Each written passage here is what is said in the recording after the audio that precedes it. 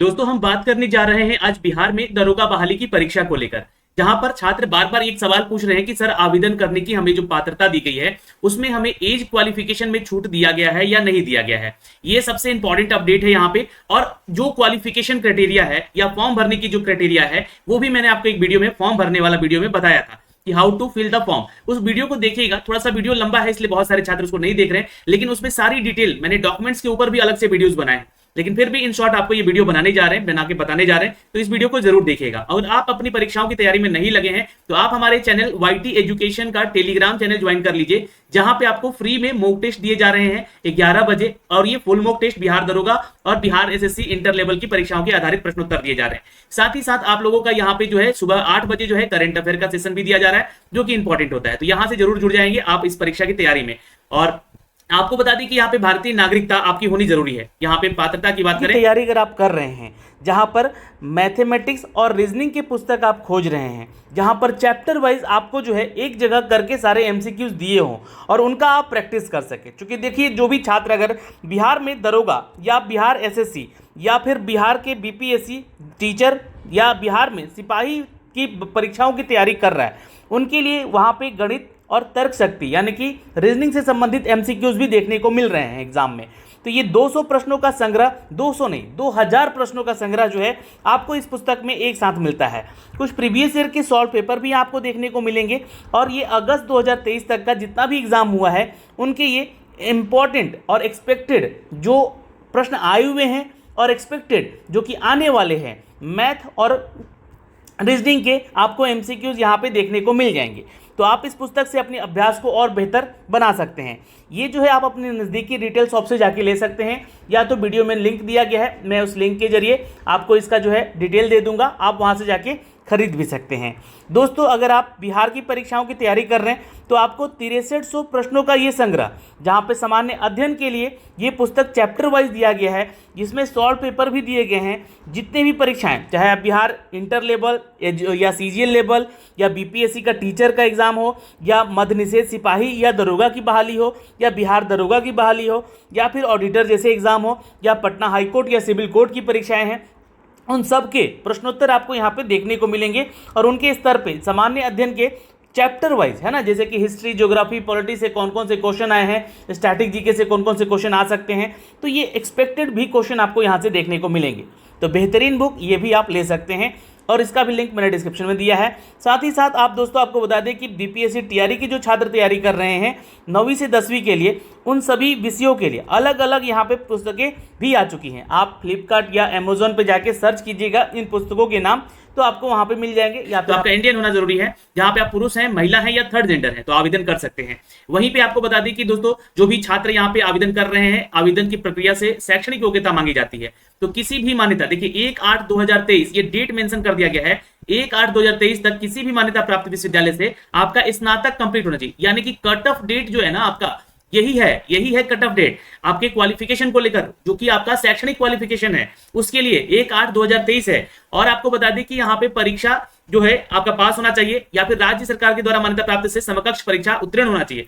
अब यहाँ पे अगर हम बात करें कि सर इसके समकक्ष कौन सा डिग्री होता है, तो भाई देखिए, बहुत सारे लोग जैसे कि बी बीटेक करते हैं, वो भी तो आपका जो है क्वालिफिकेशन ग्रेजुएशन का ही होता है। बहुत सारे लोग जो है बीसीए करते हैं, वो भी ग्रेजुएशन की डिग्री होती है। तो जहां पर बैचलर डिग्री का नाम लग गया वो बैचलर डिग्री होगी, यानी कि आपका स्नातक हो गया। तो ये ध्यान में रखिएगा। तो सभी छात्र इसको आवेदन कर सकते हैं, लेकिन बशर्ते कि आपका जो है 1/8/2023 से पहले आपका कट ऑफ डेट रखना चाहिए उसको पास होने का। अब यहाँ पे इस चीज को लेकर बहुत सारे छात्र सवाल पूछ रहे थे कि हमारा cut off date age criteria को भी लेकर सर यहाँ पे 1/8/2023 रखा गया है। तो उम्र सीमा की बात की गई है यहाँ पे, ठीक है, एज क्वालिफिकेशन की अभी बात की गई है यहाँ पे। तो उम्र सीमा जो है 1/8/2023 से पहले आपका कितना है, तो कितना होना चाहिए, देखिए मैं आपको दिखलाऊं।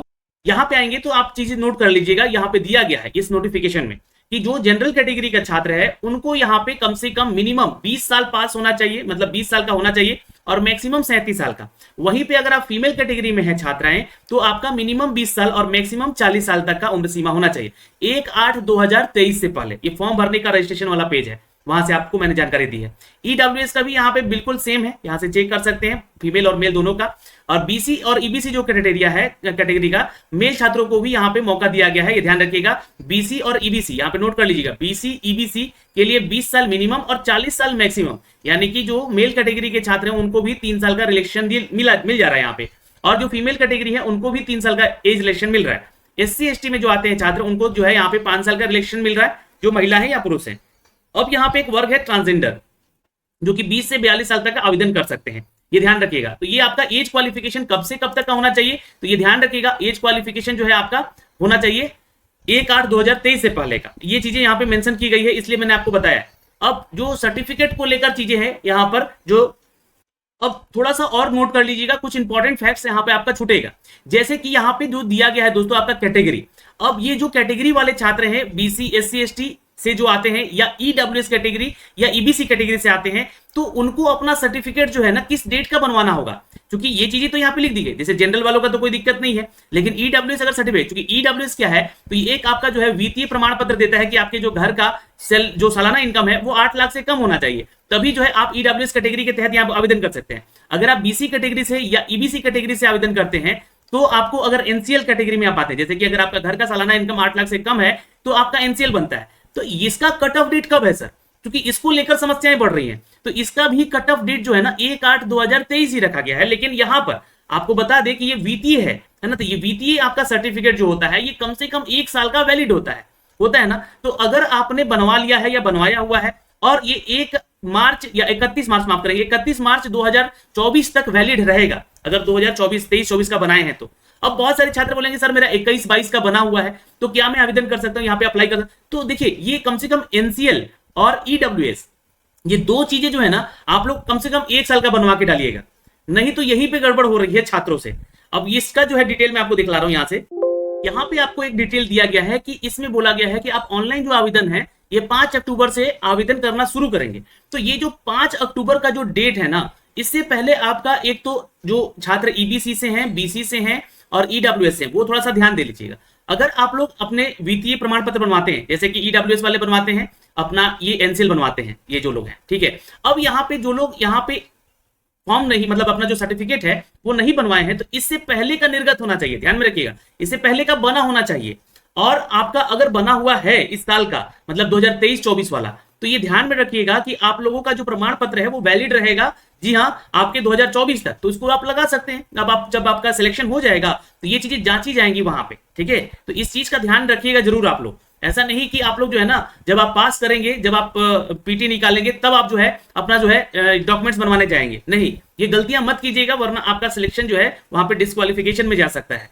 तो ये पहली चीज है, इस बात का ध्यान रखिएगा। और पूरे नोटिफिकेशन में देखिए, पूरे नोटिफिकेशन में कहीं ये बात नहीं लिखी गई है इस चीज को लेकर, आपके इस क्राइटेरिया को लेकर, इसके ये मतलब कि जो आपका सर्टिफिकेट क्राइटेरिया है उसको लेकर 5 अक्टूबर से पहले आपका स्नातक पास होना चाहिए, या जितने भी क्वालिफिकेशन क्राइटेरिया है वो 5 अक्टूबर से पहले का पास होना चाहिए। उसके बाद का कोई रिजल्ट आपको शो नहीं करना है, यानी कि आप स्नातक का रिजल्ट जो है शो नहीं कर सकते हैं, ये पूरे नोटिफिकेशन में। और आपका जो है आरक्षण जो है, ध्यान में रखिएगा, जो भी लोग आरक्षण करेंगे, आरक्षण के लिए आवेदन करेंगे यहाँ पे, मतलब आरक्षण का दावा जो करेंगे यहाँ पे, उनके लिए भी कुछ अपडेट है। जैसे कि महिला छात्र अगर ये आरक्षण का दावा करती हैं, मान लीजिए पिछड़े वर्ग से संबंधित हैं, तो इनको 3% एक्स्ट्रा जो है आरक्षण मिल रहा है यहाँ पे।